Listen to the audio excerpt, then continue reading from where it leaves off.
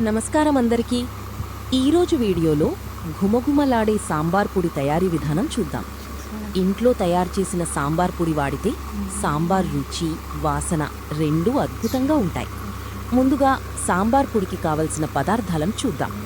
ఎండుమిరపకాయలు, ధనియాలు, కందిపప్పు, పచ్చిశనగపప్పు, మినప్పప్పు, పసుపు, కరివేపాకు, ఆవాలు, మెంతులు, జీలకర్ర, మిరియాలు, ఇంగువ మరియు కొద్దిగా బియ్యం. ఇవన్నీ సిద్ధంగా పెట్టుకోవాలి. ఇప్పుడు తయారీ విధానం చూద్దాం. ముందుగా స్టవ్ వెలిగించి బాండీ పెట్టి చిన్న మంట మీద ధనియాలను మంచి సువాసన వచ్చే వరకు వేయించుకోవాలి. ధనియాలు వేగిన తర్వాత వాటిని ఒక ప్లేట్లోకి తీసుకోవాలి. అదే బాండీలో కందిపప్పు, పచ్చిశనగపప్పు, మినప్పప్పు వేసి బంగారు రంగు వచ్చే వరకు నెమ్మదిగా వేయించుకోవాలి. ఈ పప్పులు బాగా వేగితే సాంబార్ పొడికి మంచి రుచి వస్తుంది. తర్వాత మెంతులు, ఆవాలు, జీలకర్ర, మిరియాలు, ఇంగువ మరియు కొద్దిగా బియ్యం వేసి వేయించాలి.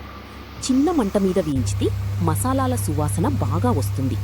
ఇవన్నీ వేగిన తర్వాత పక్కకు తీసుకోవాలి. ఇప్పుడు అదే మాండీలో కరివేపాకు వేసి తేమ పూర్తిగా పోయే వరకు వేయించాలి. కరివేపాకు కరకరలాడిన తర్వాత ఎండుమిరపకాయలు వేసి మంచి వాసన వచ్చే వరకు వేయించుకోవాలి. ఇప్పుడు వేయించిన పదార్థాలన్నింటినీ పూర్తిగా చల్లారనివ్వాలి. వేడిగా ఉన్నప్పుడే మిక్సీలో వేస్తే పొడి నాణ్యత తగ్గుతుంది. కాబట్టి పూర్తిగా చల్లారిన తర్వాత మాత్రమే మిక్సీ జార్లో వేసుకోవాలి. అన్ని పదార్థాలను మిక్సీ జార్లో వేసి పసుపు కూడా కలిపి మెత్తగా పొడి చేసుకోవాలి. కావాలంటే ఒకసారి జల్లించి మళ్ళీ గ్రైండ్ చేసుకోవచ్చు. ఇలా చేస్తే సాంబార్ పొడి మరింత మెత్తగా వస్తుంది.